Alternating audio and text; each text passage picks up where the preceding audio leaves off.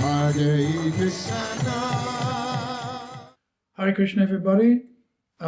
This is your servant, Aniruddha Das, reporting from the Hare Krishna Temple in Melbourne. We're having a few festivals over the next couple of weekends.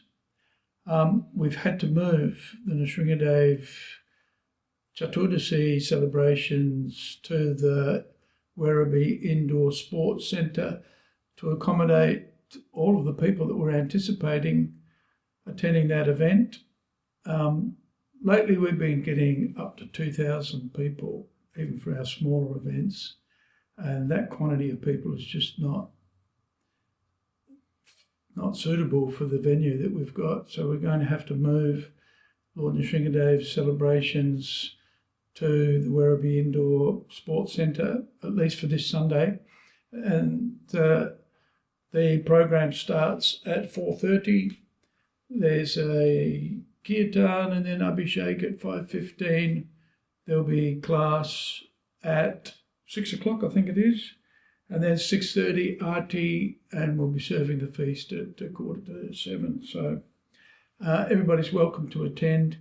We'd prefer if the devotees didn't come to the temple, because we'll be flat out just serving the quantity of Sunday feast guests that we get. We expecting temperatures of around about 23 on Sunday, so we should get a big turnout at the temple. And so that's one of the reasons why, and especially with the controversy that we're facing at the moment from our neighbours complaining about, well, almost everything that we do. And the publicity that we're receiving, we thought better to move our official celebration of Lord Nrisimhadeva's appearance for our regular devotees over to Werribee, so that we can avoid that crowded atmosphere at the temple. You may have noticed that there's a bit of publicity around what's happening at the temple. Don't be too disturbed by the reports that we're hearing from various sources about how this is the end of the Hare Krishna movement in Melbourne. It certainly isn't.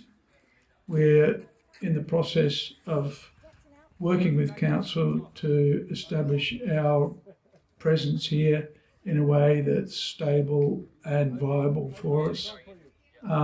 We may have to adjust. In fact, we are adjusting. Witness the fact that we've had to move Nrisimhadeva's appearance over to the Werribee Indoor Sports Centre. But really, we're having to deal with a huge quantity of people coming to our festivals.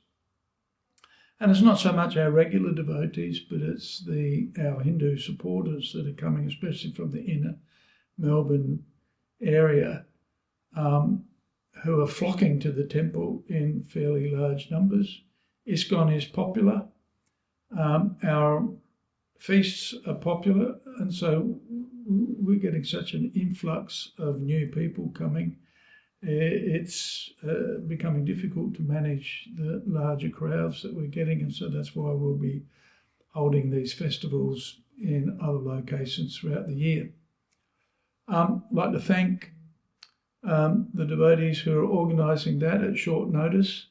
And I don't know if you've noticed, but if you come to the temple, you'll see there's quite a few things going on at the moment. I'd like to thank Christian Jenkins and Vijay and a number of his supporters who have repainted the front of Prabhupada House. They've also fixed up the garden. So by Sunday, we should have a new garden, bluestone paving, ground cover, bit of lawn over near the neighbour's house, and the front yard and the front of the temple is going to look fantastic. We've also got Greg Dixon, our builder, is working on finishing off the Didi kitchen. So these are all projects in an ongoing state. Now, next week we'll be celebrating the 50th anniversary of the temple. We've made bookings at the Timber Yard for an event on Sunday. I'll be announcing how to enrol for a seat at the dinner that we'll be holding there at the Timber Yard. Please stay tuned for more information. Hare Krishna. Hare Krishna.